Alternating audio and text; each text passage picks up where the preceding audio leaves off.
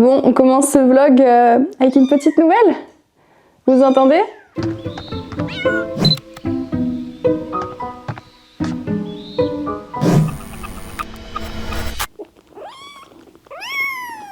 Chut, j'arrive.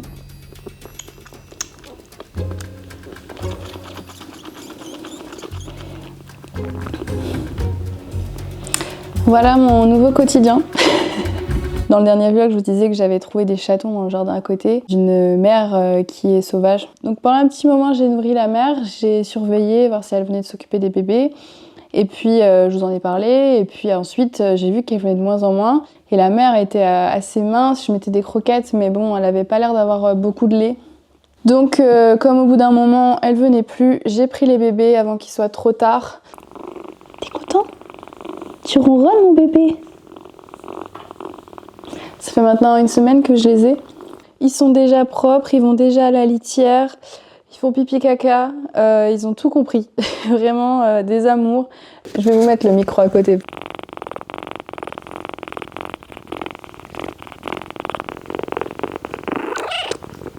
T'as bien mangé mon bébé? T'as bien mangé?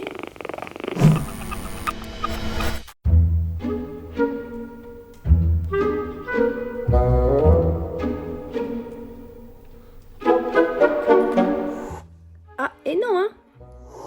Cucus! Elle est bonne nuit, les bébés. C'est la course depuis que je suis maman de nouveaux chatons. Je viens de finir un tournage là. Il est 20h. Allez, ma petite crotte, c'est à toi. Et doucement, doucement, on se bat pas. Non, non, non! Allez, c'est à toi. Oh, petit bébé, attends, ça va être ton tour. Par contre, quand elle va dans la litière, elle s'endort, j'ai l'impression. Demain, je pars à Paris. Je dois créer du contenu pour Velux. Et là, c'est à Wheel of... Oh, punaise.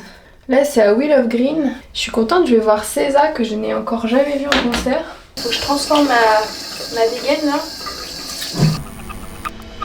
Ah, je leur donne le dernier biberon, là, maintenant. Comme ça, c'est ma mère qui donne le biberon ce soir. Et demain matin, je peux leur redonner, vu que je prends le train super tôt pour être de retour le plus tôt possible.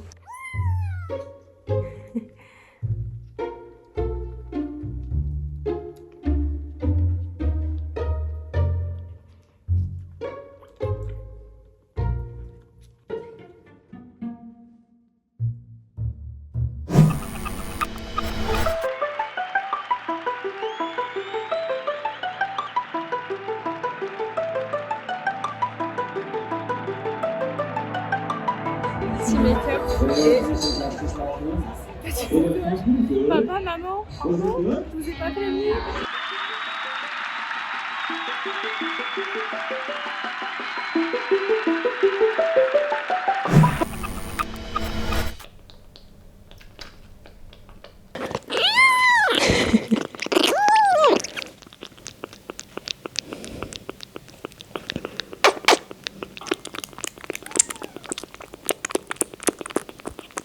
Est-ce qu'on en parle de ça? S'il y avait bien un truc qu'il fallait que je me tatoue, c'est un petit éclair. C'était mon premier tatouage. Et ça fait plusieurs fois que Velux me propose d'en faire un. Et je me dis, ah, j'hésite, je voulais le faire sur les doigts à la base. On m'a déconseillé parce qu'apparemment ça s'efface pas mal. Et puis en vrai, moi les mains, je me blesse très souvent. Est-ce que vous vous souvenez, il y a quelques semaines dans un vlog, j'avais semé des graines à la volée autour du parterre du pommier. Regardez ce que c'est devenu. Je suis choquée, on voit même plus le pied du pommier. Ici, j'avais mis des petites fleurs blanches et j'avais mis ces petites fleurs là. Regardez maintenant. C'est incroyable. Et là, on a cette fleur assez grande et spéciale avec des petites épines sur les feuilles, tout ça. Et je vous ai demandé sur Instagram quel était le nom de cette fleur et vous m'avez tous répondu de la bourrache. Et j'ai appris plein de choses sur cette petite fleur. Apparemment, les fleurs sont souvent utilisées sur les plats, sur les salades, en décoration. Elles ont un goût soit de concombre, soit d'huître. Alors évidemment, j'ai tout testé et je trouve que ça a vraiment un fort goût d'huître. Apparemment, on peut aussi manger les feuilles crues ou cuites. Je n'ai pas testé ça par contre. Vous m'avez dit aussi qu'elle attirait les pollinisateurs, que c'était bien contre les limaces. Alors si j'avais su, j'en aurais mis plein dans mon potager parce que j'ai eu une invasion de limaces là avant qu'il fasse beau. Et j'ai essayé plusieurs techniques, les coquilles d'œufs, le marc de café, tout ça, ça n'a pas marché. Et du coup j'ai perdu tout ce que j'avais fait pousser dans ma serre et que j'avais ensuite mis dans le potager. Mes pieds de courgettes rondes, de concombres. Il n'y a que mes céleri branches et mes artichauts qui ont tenu. Vous m'avez aussi dit que c'était une plante qui pouvait limite être envahissante parce qu'elle se ressème naturellement et qu'elle arrive à pousser de mars à octobre, je sais plus, dans tout type de sol. Et c'est ça qui m'a étonnée en fait, c'est que nous, notre sol, il est vraiment pas très riche et du coup, on a eu du mal à faire pousser tous nos arbustes, nos fleurs. Et donc là, voir un truc d'1 mètre pousser à partir d'une graine comme ça, j'ai été assez étonnée. Bon, je vous mets ici parce que là, le soleil n'arrête pas de tourner. Il fait enfin chaud, c'est bien, mais là, j'ai très chaud. Bon, du coup, depuis, j'ai pas enlevé les mauvaises herbes. Il y a des orties qui ont poussé. Le terrain est en friche. Donc, mon père, ce matin, il a débroussaillé le plus gros. Et maintenant, on va pouvoir tester notre nouvelle tondeuse.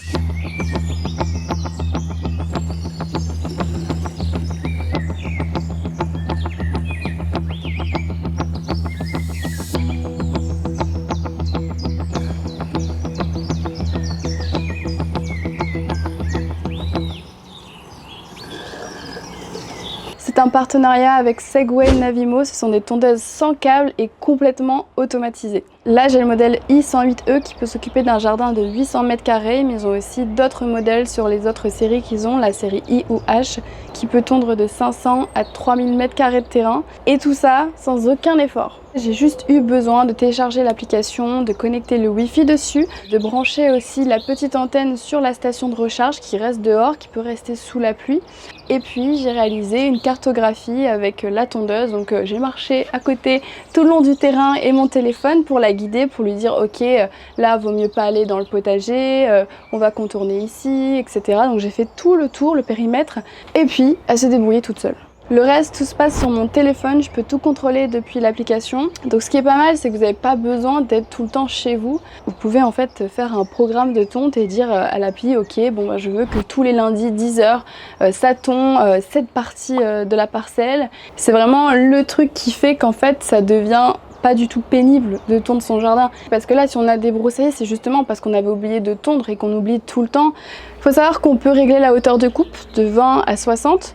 Elle est équipée aussi d'une super caméra, donc c'est ce qui lui permet de détecter les obstacles, de détecter s'il y a une bordure, de détecter un arbuste, éviter de couper les arbustes de ma mère, ou encore de détecter les animaux. Et ça c'est important parce que vous savez qu'on a beaucoup d'animaux, on a des chiens, on a des chats, on a aussi les poules qui parfois viennent dans cette partie du terrain. Donc j'ai fait un petit test avec cet énergumène et on a vu qu'effectivement la tondeuse s'arrête 20 cm avant et fait demi-tour. Et en fait une fois que le chien part, ensuite la tondeuse elle finit son petit trajet et à la fin elle retourne là où il y avait des trous, là où elle n'avait pas pu passer. Donc c'est vraiment hyper intelligent et c'est impressionnant. Enfin vraiment la première tonte on était là comme ça avec mon père à la regarder travailler alors qu'on pourrait faire d'autres choses hein. Un truc que j'ai remarqué aussi c'est qu'elle est vraiment pas bruyante.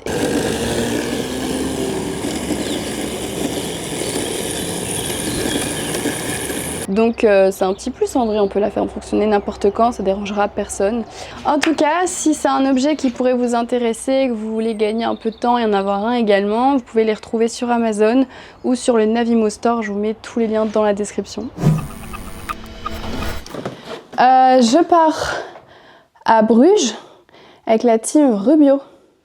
Rubio, marque de teinte que vous connaissez, c'est sûr, si vous me suivez depuis au moins une vidéo, vous connaissez parce que j'en parle souvent. Donc on va être avec la team Monde, donc il y aura toute l'équipe française, mais aussi États-Unis, etc. Il y aura aussi d'autres créateurs de contenu qui travaillent le bois, donc très cool, on va pouvoir discuter tous ensemble. Et surtout, ils ont prévu un workshop, en fait on va travailler sur quelque chose pour une œuvre de charité. Donc voilà, ça va être très cool, je vais vous vlogger tout ça.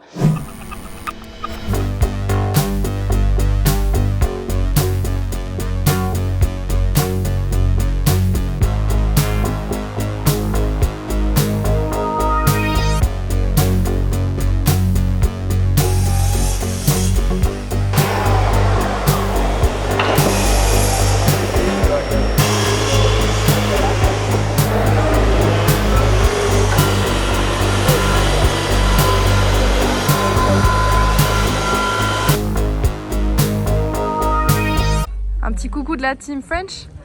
Salut. Bon les amis, je sais pas si vous m'entendez bien, mais ça y est, je suis avec la team Rubio à Bruges. Première fois à Bruges, très jolie ville. Et on est ici pour le Rubio Atelier. C'est un workshop de 2 jours où avec toute la team Rubio, on va fabriquer des choses pour une école, c'est pour une œuvre de charité.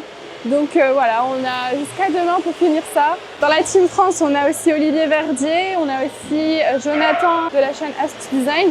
Et on nous a répartis entre plusieurs groupes. Donc je suis avec des Américains, plein de nationalités. Donc bon, il faut aussi que je m'assimile au vocabulaire des machines en anglais, ça va très vite. Heureusement, ils travaillent aussi en millimètres. Donc on arrive à communiquer. Mais voilà, on ne peut pas être tous en même temps sur les machines, donc forcément on se répartit un petit peu les tâches. En tout cas, je trouve l'initiative très cool de pouvoir faire ça pour aider une école. C'est très cool, merci Rubio de m'avoir invité. Ça, c'est la Domino XL. Il y a la Domino petite et il y a la XL qui est énorme. Je ne sais pas si vous vous rendez compte de la taille.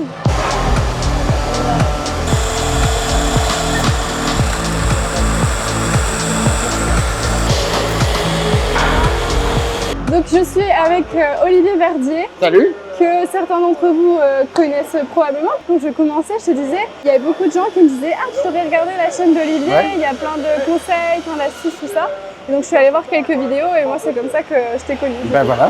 Puis voilà, on se retrouve aujourd'hui. Tu bosses avec Rubio depuis un moment? Ah bah moi j'utilise leurs produits depuis plusieurs années. Et Rubio, tu connais depuis longtemps toi ou... Non. Moi ça fait peut-être 1 an et demi à tout casser. Ouais. Il y a un moment j'avais fabriqué une chaise et je cherchais une tente bleue et j'en trouvais pas dans les magasins traditionnels on va dire. Puis il y a des abonnés qui m'ont dit « Ah mais il y a Rubio qui fait plein de couleurs différentes, tu devrais essayer. » Donc j'avais acheté un échantillon.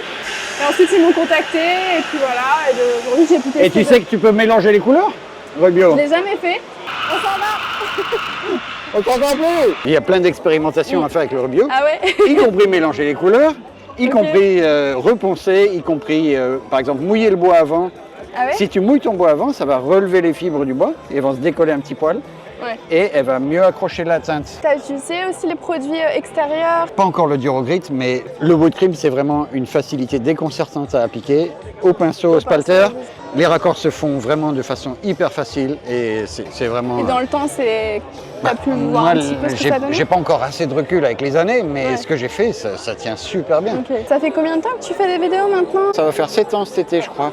Et du coup, ça t'est venu comment? Juste par passion et puis ensuite, on a fait ton travail. Ouais. Aujourd'hui, est-ce que tu vis peut-être de tes chantiers ou de créations ou tu vis sur les réseaux sociaux? Non, je vis quand même aux deux tiers de YouTube. C'est principalement sur YouTube. Et je garde une activité de menuisier. Parce que ça me donne de la matière à filmer aussi. Ouais. Et alors, est-ce que du coup, tu fais plutôt tes idées que ensuite tu vends ou alors tu fais ce que les clients te demandent de faire? J'ai ce luxe incroyable pour l'instant. Sur mes projets personnels, tu vois, je suis en train de faire une roulotte de cirque. Okay. Personne ne me l'a demandé, mais là, elle est hors d'eau, hors d'air. Et un jour, je la finirai. Mais c'est un pur projet personnel. Okay. Et puis, sur mes projets de clients, j'ai la chance de pouvoir un peu choisir mes clients en fonction des projets qu'ils me demandent. Dans mes projets clients, j'ai eu quelqu'un qui m'a demandé par exemple un meuble où l'écran vidéo sort du meuble, mais de bas en haut. C'est ce genre de challenge que j'aime bien et qui pose des problèmes techniques et voilà, il faut y répondre le mieux possible. Et puis ça fait des vidéos qui sont intéressantes dans le sens où voilà, il y a un vrai problème, comment on va le résoudre quoi. Tu te lances un peu des défis en mode t'essayes des nouvelles choses. Ah bah oui, parce que je suis pas un menuisier ébéniste d'école, je suis pas du sérail. J'ai appris en ratant. Je suis contente d'entendre ça parce que parfois les gens se disent que quand il y a des gens qui essayent et qui n'ont pas de diplôme, qui n'ont pas fait telle ou telle école, alors ça vaut pas grand chose. Alors qu'en réalité, je trouve que la meilleure école, c'est d'apprendre soi-même et de se tromper et de comprendre ses erreurs. Et on apprend beaucoup plus en se trompant parce que ça peut coûter cher, ça prend du temps, voilà. Et donc la fois d'après, on y arrive. Retenez ça. Bon allez, on va retourner en haut parce que quand même on a fait une longue pause là.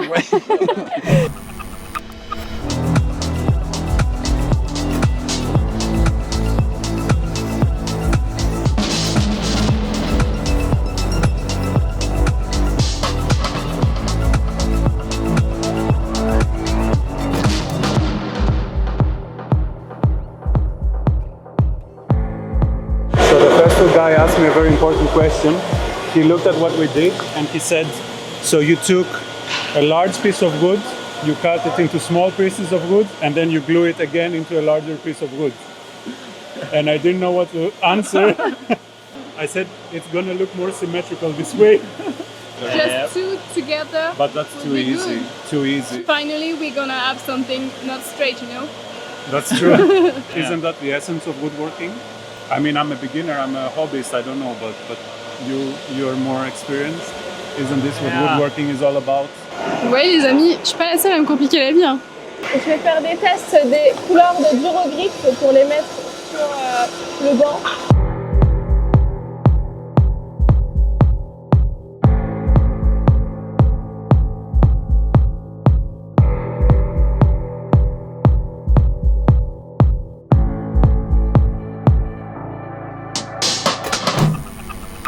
C'est la fin de la deuxième journée, la fin du séjour demain. Et là, on peut voir un petit peu tout le monde qui est en train de finaliser ses projets. En fait, ils appliquent du Durogrip, donc c'est la nouveauté Rubio qui s'applique sur les extérieurs. Il faut savoir qu'ils avaient déjà le Wood Cream qui était une finition qui s'appliquait uniquement à la verticale. Et là, le Durogrip, on peut également l'appliquer sur des surfaces plates. Donc on a fait là-bas un banc, une table de pique-nique et ici encore un banc. C'est très cool, on est tous partis sur des objets en fonction de petites problématiques qu'il y avait sur les lieux. On avait des photos de l'école et d'emplacements où on pouvait mettre des choses et parfois c'était pas droit, etc. Donc on devait s'adapter à ça et c'est pour ça d'ailleurs que nous, notre banc, il a des bacs à fleurs qui sont en angle sur le côté.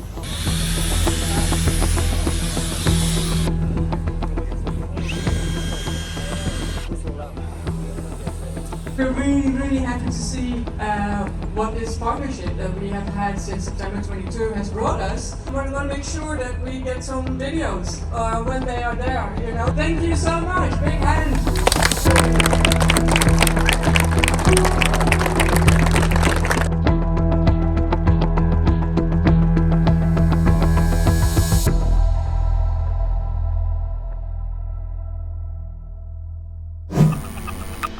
Je viens de rentrer, regardez-moi ces petits bébés d'amour.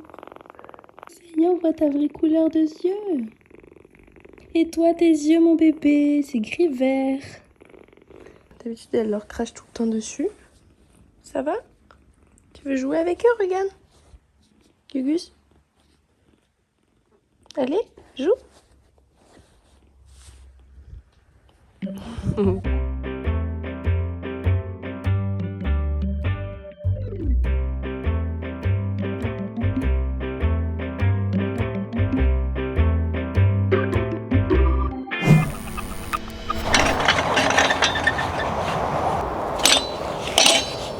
Il y a Milwaukee qui m'avait envoyé ça il y a super longtemps pour mettre ma radiale. Je l'avais jamais monté parce que dans l'atelier c'était un peu compliqué. Mais là je vais essayer de bosser un peu plus dehors les prochaines semaines. Je peux l'étendre à 2,80 m. Bon, un grand merci à Navimo de m'avoir accompagné sur cette vidéo. Sachez qu'actuellement c'est les premiers revendeurs dans leur catégorie sur Amazon. Donc je vous ai mis tous les liens dans la description si ça vous intéresse. Et n'hésitez pas, si vous avez des questions dans les commentaires, je vous répondrai. Toi, tu adores, t'as plus rien à faire. Il faut en acheter une, vous allez voir. C'est agréable de regarder une tondeuse travailler tout seul. C'est un peu comme toi et moi. T'adores me regarder travailler. Bah aussi. Aussi. Donc j'étais sûre que t'allais kiffer cette tondeuse.